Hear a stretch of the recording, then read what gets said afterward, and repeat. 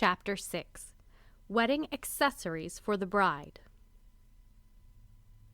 Wedding accessories are almost as important as the wedding dress itself. They will accentuate what is already beautiful. However, with all the choices on the market, you may not know where to start. Fortunately, we have some tips that will help you to focus on what is necessary. Jewelry. Like your dress, no one can choose your jewelry for you. You need to be happy with what you are wearing. Don't feel pressured into wearing a major piece of jewelry just because it belonged to your mother or grandmother. There are a few things to consider when choosing your bridal jewelry. Be subtle. The main feature of your big day should be your dress, not your jewelry. All you really need is a necklace, if your neckline isn't too high, earrings, and possibly a bracelet. Be careful of the colors too. Just because you go for a white, ivory, or cream gown doesn't mean that you should go all out on colors for your jewelry. Choose a vivid color if you want, but don't go for several different colors unless you want to look like a Christmas tree. Match the color of the metal to your dress. When it comes to choosing the metal of your jewelry, you should consider that some metals work better depending on the shade of your wedding dress. If your gown is pure white, avoid bright gold jewelry. Platinum or even silver will look much better. If it is off-white, pale gold and pearl jewelry will blend in best. If the dress is ivory or even cream, you can go for a yellower shade of gold without it clashing. Be yourself.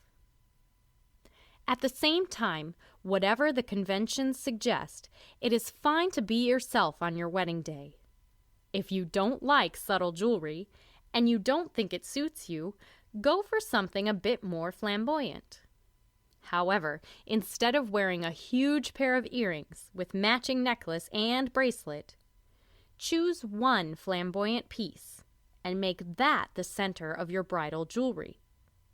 If in doubt, ask friends and family for their advice. Don't spend a fortune. Unless it is a gift, don't spend a fortune on your wedding jewelry. If you do want to buy something precious, go for something that you will wear again. If you are only planning on wearing your jewelry once, you may be better off buying costume jewelry. Of course, if you have a family member who wants to give you an heirloom to wear, and you happen to like it, go for it. It can be your something borrowed. Bridal veils. Bridal veils are less popular than they once were, but can look spectacular if you choose the right one. There are a few things to consider. Length. There are varying veil lengths to choose from. It all depends on how much of an impact you want your veil to make. The shortest option is called the flyaway and basically stops just short of the shoulder. It's a flirty style that may suit a younger bride best. The elbow length and fingertip style are self-explanatory and look elegant without being too bothersome. The waltz falls between your knees and ankles and, as its name suggests, is more user-friendly when dancing than the longer veils. The chapel is more or less floor length, while the cathedral involves a long train. The latter is obviously very challenging because it needs at least one bridesmaid to tend to it as you are walking down the aisle and during the photographs. However, some will love the romantic fairy tale look that it gives. How it's attached. You can choose to have your veil attached to a tiara, combs, pins, or barrettes, depending on what you want to do with the veil after the wedding ceremony. If you want to leave it in, you will need to ensure that it stays put and that it doesn't drag your hairstyle down. If you want to take it out, you can ensure it's attached to a hairpiece that you take out or that is attached with hook and loop closures, which are easy to detach from your hairpiece when it's time to take it off. Fabric. Veils tend to be made out of tulle, but there are other choices if you want to be a bit different. You could consider silk or satin or even lace, which could look amazing with a vintage dress. Color. You will obviously want the veil to match your dress. This won't be a problem because veil fabrics come in a wide range of colors. But you will need to have a swatch of your dress material with you when you choose your veil. You may be able to buy it from the shop at which you bought your dress. Embellishments. Just like your jewelry, you'll need to make sure that any embellishments on the veil don't take away from your dress. If you have a dress with a lot of embroidery or other embellishments, you will want to keep your veil as clean as possible, perhaps with just a few matching beads or stones around the edge. If your dress is simple, however, you can go all out on the veil. Common embellishments include sequins, beads, ribbon, embroidery, and even crystals. Headpieces. The headpiece you choose will depend on the length of your hair, whether or not you are wearing a veil, and how ornate you want it to be in comparison to your dress. The tiara is the most commonly known hairpiece, but there are a number of others that you can choose from. Rather than a tiara, which is a half circle worn on top of the head, you could go for a crown, which is a full circle, or a half crown, which is a half circle that is greater in height than a tiara. Decorated headbands look great with short styles. If your hair is longer, you may want to go for an updo, held up with barrettes, combs, or, if you have a veil, a back piece. There's a whole host of options, so decide what will best suit your budget and your dress. It is worth shopping online, although be aware that the color may not be exactly as it appears in photographs. Garters. Choosing a garter is perhaps one of the easiest things to do when it comes to preparing your wedding wardrobe. After all, no one needs to see your garter unless you want them to. So you can go all out and choose something that you really like. Garters are generally one size only, but if you are plus size and are concerned about the fit, make sure you try it before you buy it. Otherwise, you can probably buy online from the cheapest vendor. Style and color should also be considered. If you want something fun, you can go for polka dots, leather, or bejeweled. If you want something a little more classic, go for a shade that matches or blends with your dress. Alternatively, choose a blue one for your something blue. Lingerie. When it comes to wedding lingerie, you want to choose something sexy but comfortable. You will be wearing it for a good part of the day, so you don't want anything too constricting.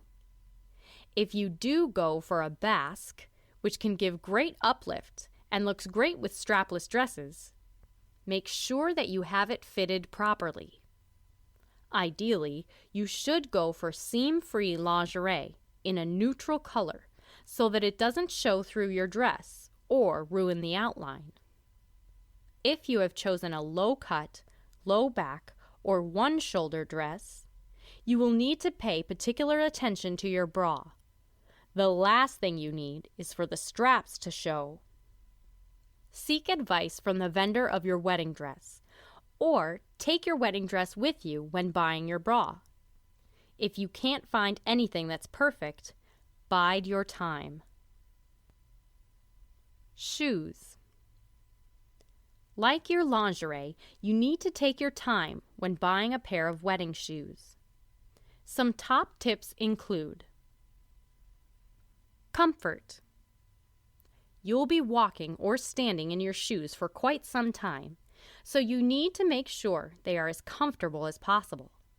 That doesn't mean you have to go for ballet flats, unless that is what appeals to you most. However, you do need to make sure that they fit properly and that you get the chance to wear them in before your big day. Right height. You'll need to consider the length of your dress when choosing your heel height.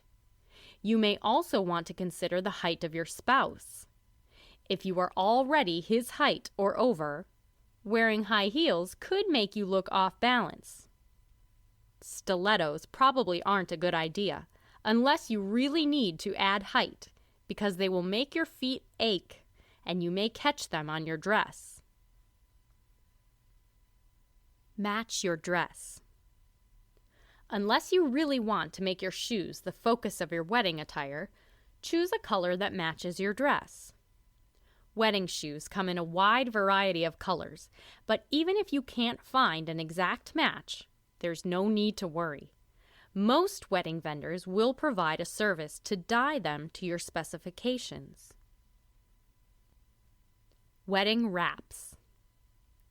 If you're planning a summer wedding, you may not need to wear anything but your wedding dress. However, if the weather is chilly, a wrap may be just the thing to keep the chill off. Wedding wraps come in a variety of designs and colors, so you should be able to choose something to match your dress. For a subtle look, something lacy will look pretty. For a little more warmth, faux fur will look stylish. You could even go for a full-length cloak if you are getting married in sub-zero temperatures. Wedding gloves. Gloves aren't the first choice of every bride, but can add a touch of class, especially to a vintage style. The main issues to contemplate when choosing a pair of wedding gloves are size, length, and fabric. You are probably used to buying one-size-fits-all gloves, but for your wedding, you want to make sure that they are not too snug or too loose. Wedding glove fabric may be less stretchy than normal gloves. When it comes to length, wrist length or elbow length are most common and will suit most dresses. Although obviously long-sleeve dresses will call for shorter gloves. Fabric should be chosen to match your dress. Go for lace, satin, silk, or knitted fabrics, depending on your fashion statement. Bear in mind that when wearing gloves, you will need to remove them for the ring ceremony, as well as removed when eating and drinking. Long gloves are more difficult to remove, so this may be a consideration. Once you have chosen your wedding dress, you can relax and have some fun with choosing the bridal accessories to go with it. However, don't leave things until the last minute, or you might not find exactly what you want. And after all, the accessories are there to finish off your overall look.